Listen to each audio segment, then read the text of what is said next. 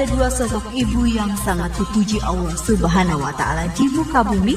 Keduanya adalah Asiyah binti Mujahid, ibu angkat Nabi Musa alaihi salam, dan Maryam binti Imran, ibunda Nabi Isa alaihi salam. Rasulullah Shallallahu alaihi wasallam bersabda, "Cukuplah wanita-wanita ini sebagai panutan kalian, yaitu Maryam binti Imran, Khadijah binti Fuad, Fatimah binti Muhammad, dan Asiyah binti Mujahid, istri Fir'aun." Hadis riwayat Ahmad dan Tirmizi. Asiyah binti Mujahid adalah sosok wanita beriman di antara lingkungan yang sesat. Asiyah adalah istri dari seorang raja yang teramat sombong, yaitu Fir'aun. Sombongan yang hanya dimiliki Allah dengan mengatakan dirinya dan siapapun yang menolak akan dibalas dengan kematian. Pertemuan Asiyah dengan bayi Musa tampak seperti kebetulan, namun sesungguhnya Allah telah mengatur takdir yang luar biasa ini. Saat itu Fir'aun sedang membuat kebijakan keji dengan memerintahkan tentaranya membunuh setiap bayi laki-laki kaum Bani Israel. Ibu kandung bayi Musa khawatir anaknya akan dibunuh, menghanyutkan sang anak di sungai Nil. Tanpa disangka, bayi Musa hanyut hingga ke istana Fir'aun.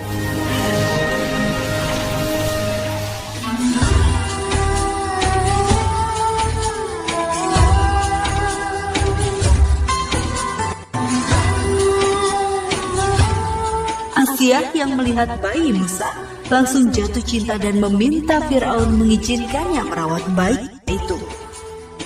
Allah Subhanahu wa Ta'ala berfirman, "Dan berkatalah istri Fir'aun, ia adalah penyejuk mata di hati bagiku dan bagimu. Janganlah kamu membunuhnya. Mudah-mudahan ia bermanfaat kepada kita atau kita ambil ia menjadi anak." Sedang mereka tiada menyadari. Al-Quran Surat Al-Qasas ayat 9. Musa tumbuh menjadi pribadi yang mulia di bawah bimbingan Nabi binti Mujahid. Saat Allah Subhanahu wa Ta'ala menunjuk Musa sebagai seorang rasul, Asiyah menjadi orang yang beriman dengan diam-diam. Keimanan Asiyah kepada Allah Subhanahu wa Ta'ala akhirnya terbuka saat Nabi Musa alaihi salam memenangkan pertarungan melawan para tukang sihir. Asiyah dengan berani mengatakan ia beriman kepada Tuhannya Musa dan Harun tanpa takut terhadap sang suami Raja Fir'aun.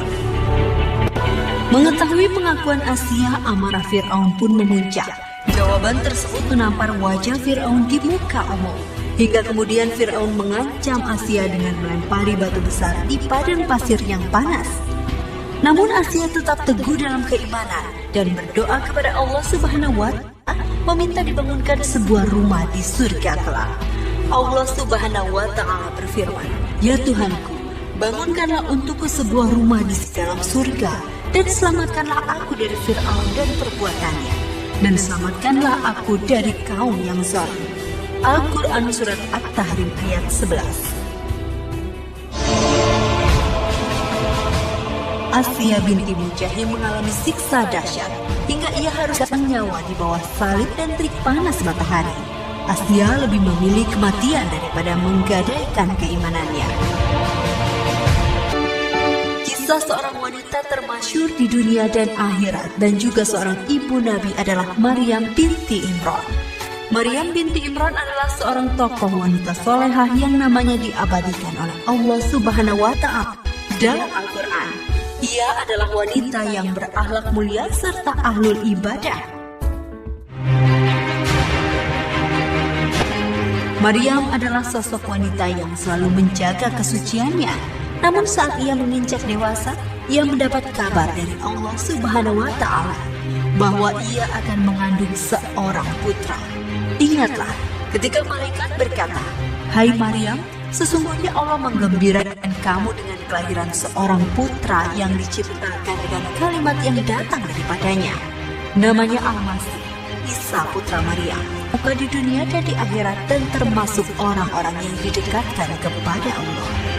Al-Quran Surat Maryam ayat 45.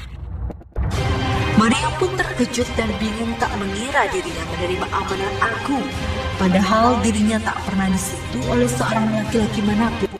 Malaikat Jibril alaihissalam kemudian menghampiri Maryam. Dan Allah Subhanahu wa Ta'ala menunjukkan kebesarannya dengan meniupkan roh melalui Jibril ke dalam rahim Maryam.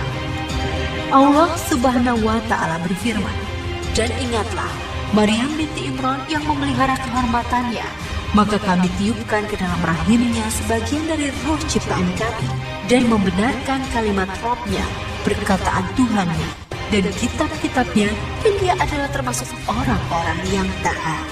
Al-Quran Surat At-Tahrim ayat 12.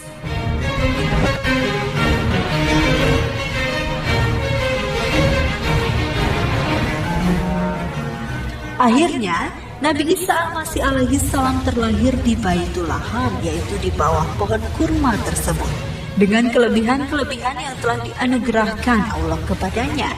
Satu kelebihan Nabi Isa alaihi salam adalah mampu berbicara fasih seperti orang dewasa, padahal kala itu dia masih bayi dan terlahir ke dunia. Maryam binti Imran lalu membawa anaknya Nabi Isa Al-Masih alaihi salam ke hadapan masyarakat Baitul Laham. Di sanalah Maryam mendapat cacian dan hinaan serta fitnah keji sebagai wanita pezina. Kemudian Maryam menunjuk bayinya. Dan terjadilah keajaiban serta mukjizat. Nabi Isa Al-Masih yang masih bayi itu tiba-tiba dapat berbicara fasih layaknya seorang ibu. Allah Subhanahu wa Ta'ala berfirman, Isa berkata, "Sesungguhnya aku ini hamba Allah. Dia memberiku Alkitab Injil dan dia menjadikan aku seorang nabi. Dan dia menjadikan aku seorang yang diberkati di mana saja aku berada. Dan dia memerintahkan kepadaku mendirikan salat dan menunaikan zakat selama aku hidup dan berbakti kepada ibuku. Dan dia tidak menjadikan aku seorang yang sombong lagi celaka." Al-Quran Surat Maryam ayat 30 hingga 32.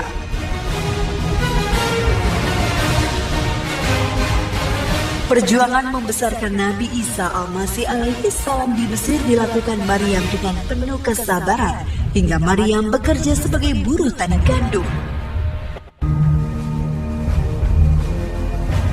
Kehadiran seorang ibu sangat besar nilainya bagi sang anak. Nabi Isa alaihi salam merasakan betul betapa kedua ibunda mereka berjuang hingga mengorbankan nyawanya demi kebenaran.